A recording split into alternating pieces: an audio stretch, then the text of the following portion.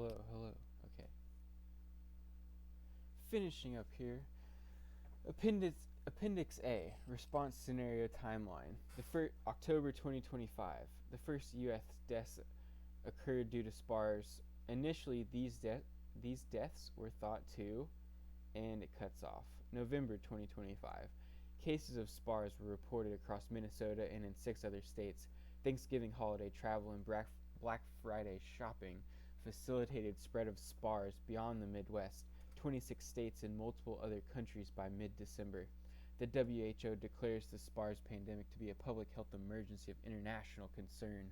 December, no treatment or vaccine for SPARS existed, but there was some evidence that the antiviral Colosovir could be effective as a therapeutic.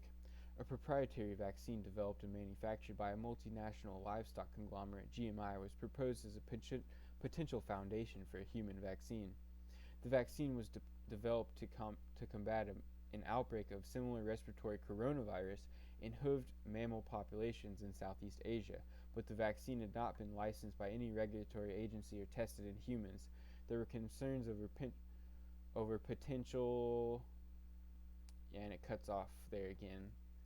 I'm not sure if I'm looking at this wrong, but it looks like it cuts off again. 2026. January. The U.S. government contracted SynBio to develop and produce a human SPARS vaccine based on the GMI animal vaccine.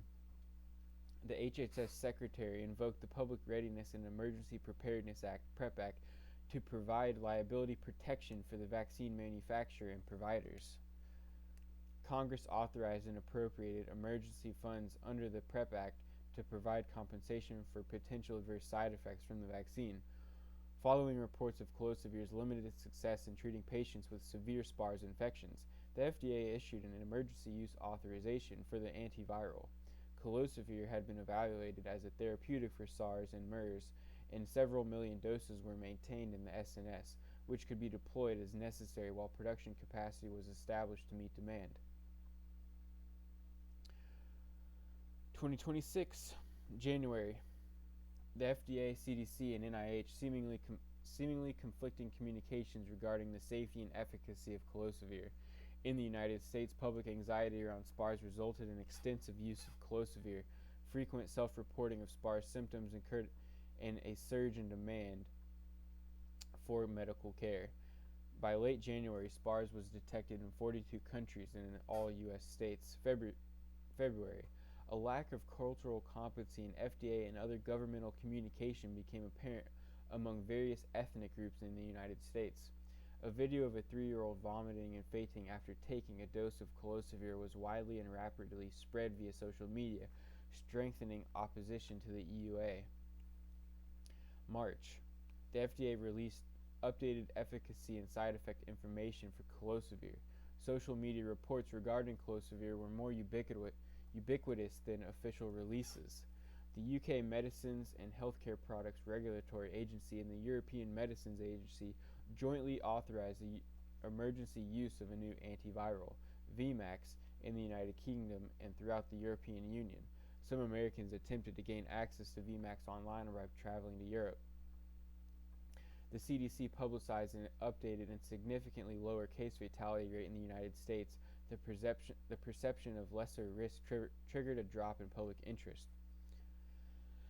May. Production of Coravax. The SPARS vaccine produced by SynBio was well underway. Federal agencies initiated a communications campaign using well-known public figures with mixed results. Polls indicated a 15 to 23% increase in SPARS and Colosovir knowledge nationwide. Hip-hop icon BZ had success promoting public health messaging with an online video clip, but he lost credibility when he compared volunteers for Coravax trial with volunteers from the Tuskegee syphilis study. Similarly, former President Bennett provided a non-committal response when asked if she would want Colosovir for her new grandson. May. Public health agencies discovered that a relatively new social media platform, UNEQL, was being used as the primary means of communications in college-age populations. June. Coravax entered the final stage of its expedited review, and production capacity was increased. 10 million doses were expected to be available by July. with 50 million more in August. The CDC Advisory Committee on Immunization Practice announced vaccine priority groups. Healthcare providers were not included as a priority, inciting protests by doctors and nurses across the country. In order to prioritize distribution of limited CORVAX supply, the federal government requested that states report summary information for patient electronic health records to estimate the number of individuals in high-risk populations. This effort was met with resistance from the public, who protested the federal government accessing their private medical information. July. A week prior to initiating the nationwide vaccination program, damage to a power grid in the Pacific Northwest resulted in widespread power outage that lasted 2 weeks. State and local public health agencies initiated communications programs using posters and flyers to promote the vaccination program in the absence of electronic media. Social media efforts across the country promoted the vaccination campaign, and crowdsourced data helped to increase efficiency in distributing the vaccine. August. The CORVAX vaccination program met resistance from several groups: alternative medicine proponents, Muslims, African Americans, and anti-vaccination activists. Initially operating independently, these groups banded together via social media to increase their influence. September. Japan announced that it would not approve CORVAX for use in Japan in favor of developing and producing its own vaccine. October. College students predominantly on the East and West Coast staged protests against the unequal global availability of CORVAX. Vaccination rates among these students were well below the average for college students in other areas of the country. November. The anti-vaccine movement, formed in the wake of the 2015 measles outbreak in the United States, reignited their efforts to combat the anti-vaccination supergroup. The FDA, CDC, and other federal agencies also redoubled their communications effort to promote the CORVAX campaign. An increasing number of post-SARS pneumonia cases were reported across the country. December. The nationwide vaccination program was expanded beyond the initial priority population to include the rest of the country. Federal agencies initiated a vaccination communication program involving targeted online advertisements. February 2027. Post-SPARS pneumonia cases stressed inventories of antibiotics across the country. The HHS Secretary authorized distribution of the oldest lots of antibiotics from the SNS to supplement the antibiotic supply nationwide. Tests of antibiotics in the SNS inventory determined that 94% of the remaining antibiotics in the oldest lots maintained sufficient potency. Tests conducted in August 2026 provided the basis for extending the expiration of these lots from 2027 to 2029. March. Rumors spread via traditional and social media that the government was dispensing expired antibiotics. Alyssa Karpovitz, a leader in the national medicine movement, sought medical care in an emergency department after natural remedies failed to resolve her son's bacterial pneumonia. After successful treatment with proper antibiotics from the SNS supply, she touted the benefits of expired antibiotics in her social media circles. Communication dilemmas. Communication dilemmas. Engendering public trust and in a sense of self-efficacy when a crisis is still evolving and critical health information is incomplete. Responding to public and political pressure to share information about potential MCMs in the development pipeline, even though information may be incomplete or proprietary. Maintaining trust in government processes for ensuring the timely development of safe and effective vaccines when novel threats arise. Harmonizing inconsistent messaging across health agencies. Appropriately tailoring public health messages to address the concerns and culture of specific communities. Responding to the power of graphic images of a child in distress, one story that is elevated to a population-level problem. Responding to demand for an alternative antiviral drug not available in the United States. Responding to misinformation or doubt about an MCM generated by a prominent public figure. 9. overlooking communication platforms used by specific groups, quickly gaining fluency, and effectively engaging the public using a new media platform. 10. Responding to public criticism about potential unequal access to MCMs like Closovere. 11. Maintaining public support after changing positions on MCM safety and efficacy. 12. Communicating the need for reasoning behind prioritization of scarce resources. 13. Publicizing MCM programs and availability to promote uptake and efficient distribution. 14. Providing real-time data on vaccine availability to align MCM with the public demand. 15. Maintaining consistent messaging across electronic and non-electronic media and implementing a secondary communications plan if electronic media are not available. Addressing multiple independent MCM concerns simultaneously. 17. Meeting the information needs of citizens who come from diverse cultural and social demographic backgrounds who may have varying degrees of trust in health authorities. 18. Supporting the current MCM product in the face of opposition from a foreign regulatory agency. 19. Responding to complex ethical issues that are beyond the United States government's control. 20. Responding to questions regarding safety and efficacy of drugs that have extended shelf lives. Appendix C, Recovery Scenario Timeline. April of 2027. Crowdsourced and independent epidemiology analysis of CoroVac side effects conflicted with official federal reports. The independent analyses gained popularity in traditional and social media due to visual representation and interactive content. Government attempts to respond with data and press releases largely failed. May. Reports of CoroVac side effects began to gain traction. Several parents of children who experienced neurological symptoms after receiving the vaccination sued the federal government in SynBio. The lawsuit was dropped when they learned of compensation funds available through the PrEP Act and the National Vaccine Injury Compensation Trust Fund. November.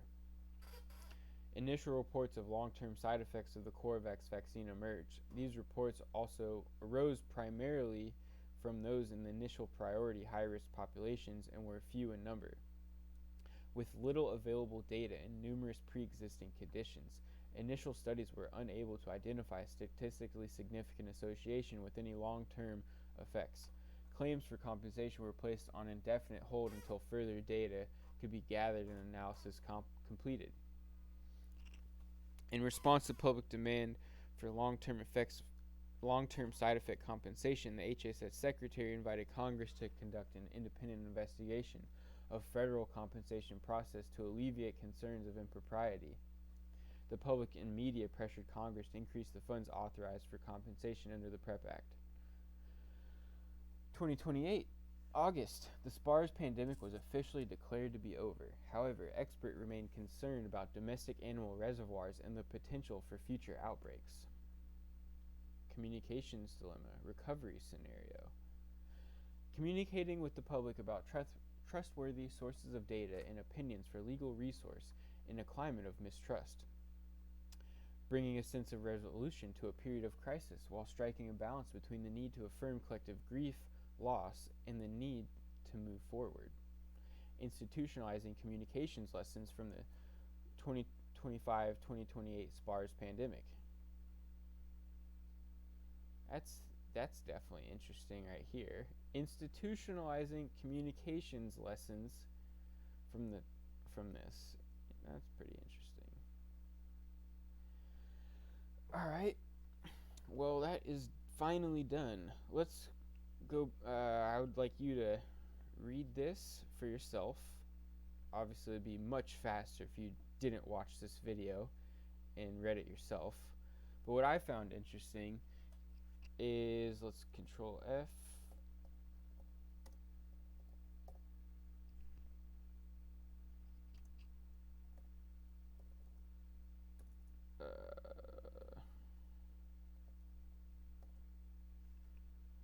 Oh, come on. It was...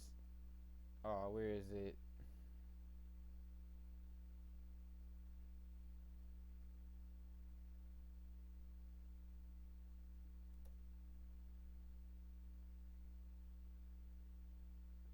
come on. Why is Control F not working? Well, let me. Well, I wanted to be able to Control F. That would have been really helpful. But I don't remember exactly where it was naturally, but I found it very interesting that they wanted to communicate and use the Black Lives Matter movement, and they basically were front running. They found it critical to front run. They mentioned multiple times the hesitancy that the black community may have because of previous scientific experiments like the Tuskegee syphilis one. So I found it. I think based on this document here, I think the whole George Floyd Black Lives Matter thing we saw last year was front running and distracting and redirecting Black Lives Matter for purposes that were didn't compromise the vaccine distribution. So that was really interesting. Of course, it'd be great if I could Control F.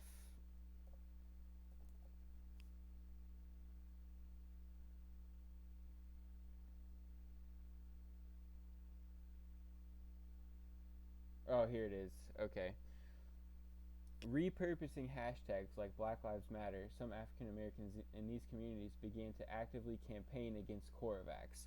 So that's what I think what we saw in 2020. I think this whole thing was from this war game document. They did not want any opposition from the black community, so they repurposed. It's much more than a hashtag at this point. This was 2017. But in 2020, they made it much more than just a hashtag, as we all saw. And so they wanted to front run black people, African Americans, from potentially being anti-vaccinators. So that's really interesting. So that's where Black Lives Matter comes in, and why it was pushed so hard last year. And another interesting thing for me, at least, was let's go to lab.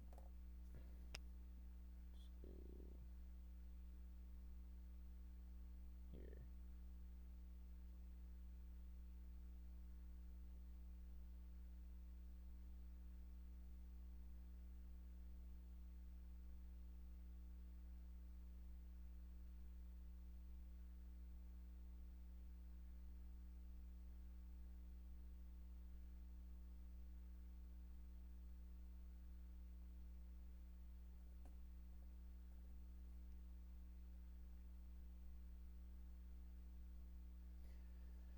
Oh yeah, this. Sorry for the dead air there. This was also very interesting right here. Conspiracy theories also proliferated across social media, suggesting that the virus had been purposely created and introduced to the population by drug companies. Interesting that they would mention drug companies. Or that it had escaped from a government lab secretly testing bioweapons. And that's exactly what we're seeing in the news right now. So that comes straight from this document. That created by a government lab secretly testing bioweapons. What are we seeing right now? So that storyline, that narrative comes directly from this document. So Black Lives Matter, repurposing hashtags, repurposing the Black Lives Matter movement, and that it was purposely created or escaped a government laboratory, both straight from this war game document. So I'm going to end with giving you guys the order you guys should read these documents. The first one you should read is Plotting Your Scenarios by Jay Ogilvy and Peter Schwartz. The second one you should read is this one, Scenarios for the Future of Technology and International Development. Oh, let me go over this is by the Global Business Network. You should also read, then second, you should read this one by the Rockefeller Foundation and the Global Business Network. Then the 2017 one. So this is 2004. This one's 2010. And the third one you should read is this document that I just read. This was the 2017 document from the Johns Hopkins team, Johns Hopkins Center for Health Security. And then the fourth one is that you should. I don't have a exact like document about this one, but read everything you can about Event 201 that happened at the end of 2019. Yeah, let's see. So yeah, it was the World Economic Forum, the Center for Health Security, the Bill and Melinda Gates Foundations. So these documents tied together puts the Global Business Network, the Rockefeller Foundation, Johns Hopkins Center for Health Security, World Economic Forum, and the Bill and Melinda Gates Foundation in a organization, and that it puts them in a nexus and a group of organizations that pushed what we saw last year and in this year. And so I'll leave the comments open. Hopefully you guys will read this, and maybe in the comments put what's similar about this. What part of the narrative about coronavirus that comes directly from this document? Not to mention that they use coronavirus in this document, but what other parts of the narrative come directly from this? I'd be interested to see what you guys pick out. I think the Black Lives Matter and the bioweapons lab, where it escaped the lab, those two parts of the story are what stuck out to me. And obviously, if you reverse engineer and you read this and understand what their goal is, what the strategic goal of this scenario is, clearly with this one, the SPARS pandemic, it's to get people vaccinated. And so that's clear. Like the whole goal is overcoming communications dilemmas. So they don't care if it actually makes you healthier. They don't care if there's a virus. Also, what's interesting is the vaccine. But there's no liability for the vaccine makers. That's huge. That comes straight from reality.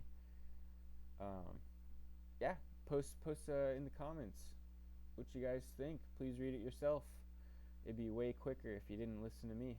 All right, thanks. Bye.